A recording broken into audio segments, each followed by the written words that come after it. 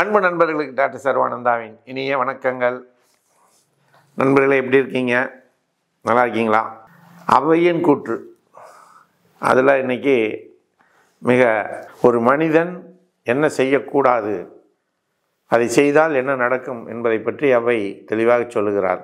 அன்பு நண்பர்களுக்கு வணக்கம். வருகின்ற 30/11/2024 மற்றும் 1/12/2024 தென்காசியிலே நம்முடைய நோய் எதிர்ப்பு சிஸ்டத்தை, இம்யூன் சிஸ்டத்தை உடலிலே வலுப்பெறு செய்வதற்குரிய, ஆகாச சக்தியை பெறுவதற்குரிய தியான முகாம் நடைபெறுகிறது.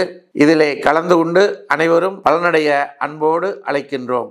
சிவனடியார்கள் பொருளை கவர்தல் கூடாது என்று சொல்கிறாள். அப்படி கவர்ந்தால் என்ன நடக்கும்? அது அழகாக 4 வரி பாடலாக சொல்லுகிறாள். அந்த பாடலை பார்ப்போம். அண்ணல் அடியார் பொருள் செந்தீயினும் கொடிய தீக்கண்டாய், செய் தீயை நீங்கில் சுடாதே, நெடுந்தூரம் போனாலும் ஏங்கச் சுடுமே தீ என்று அவை சொல்லுகிறாள். அதாவது இந்த உலகிலே படைத்தவனே சிவன். அந்த சிவனை வழிபாடு செய்கின்ற ஓம் நமச்சிவாயா என்று வழிபாடு செய்யக்கூடிய யாருடைய பொருளாக இருந்தாலும் சரி, அந்த பொருளை ஒருவர் கவர்ந்து சென்றால், திருடி சென்றால் என்ன நடக்கும் என்று அவை சொல்லுகிறாள் என்று சொன்னால், முப்புறம் எரித்த சிவபெருமானுடைய அந்த அடியார்களுடைய பொருளை கவர்ந்து செல்கின்ற பொழுது, முப்புறம் எரிக்கின்ற பொழுது அந்த சுடரானது, செந்தீயானது எந்த அளவிற்கு உலகை சுட்டதோ அதை விட கொடுமையாக அது சுடும். அது எவ்வளவு தொலைவு சென்றாலும் அது விடாமல் தொடர்ந்து வந்து சுடும் என்று சொல்லுகிறாள். அதுவே அந்த பொருளை பற்றி பொருட்படுத்தாமல் ஒதுங்கி செல்லக்கூடியவர்கள், நழுவி செல்லக்கூடியவர்களை அது எவ்வளவு பெரிய செந்தீயாக இருந்தாலும் சுடாது என்று சொல்லுகிறாள்.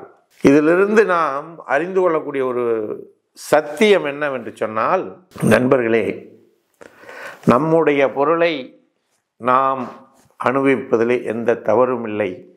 ஆனால் அடுத்தவர்களுடைய பொருளை கவர வேண்டும் என்று எண்ணினாலே அந்த எண்ணம் உங்களை தீயாக வந்து சுடும். அடுத்தவர் பொருளுக்கு ஆசைப்படாதீர்கள். உங்களுடைய பொருளை அனுபவிப்பதற்கே உங்களால் இயலாத பொழுது அடுத்தவர்களுடைய பொருளை அனுபவித்து விட முடியுமா? முடியாது என்பதைத்தான் இந்த பாடல் வழியாக சொல்லுகிறார். சிவனடியார்களுடைய சொத்து மட்டுமல்ல. சிவனடியார்கள்ட்ட என்ன இருக்கும்? ஒரு கமண்டலம் தான் இருக்கும். அவங்க பெரிய சொத்து வச்சுருக்க போகிறாங்களா? சன்னியாசியாக இருக்கிறவங்க இல்லை. ஆனால் அதே குடும்பவாசியாக சிவனடியாராக வாழக்கூடியவர்கள் எத்தனை பேரோ இருக்கிறார்கள். அத்தனை பேருக்கும் மட்டுமல்ல, சிவனடியாரை வணங்காமல் சிவனால் படைக்கப்பட்ட அந்த மனிதர்கள் உடைய பொருளை கவர்ந்தாலும் முப்புறம் எரித்த அந்த சிவனுடைய தீ அவர்களை சுடும் என்பதை அவை கூறுகிறாள். அதனால் அந்த திருட வேண்டும் என்ற அந்த எண்ணத்தை விட்டொழியுங்கள். நல்லவர்களாக வாழ்வோம். நன்றி, வணக்கம்.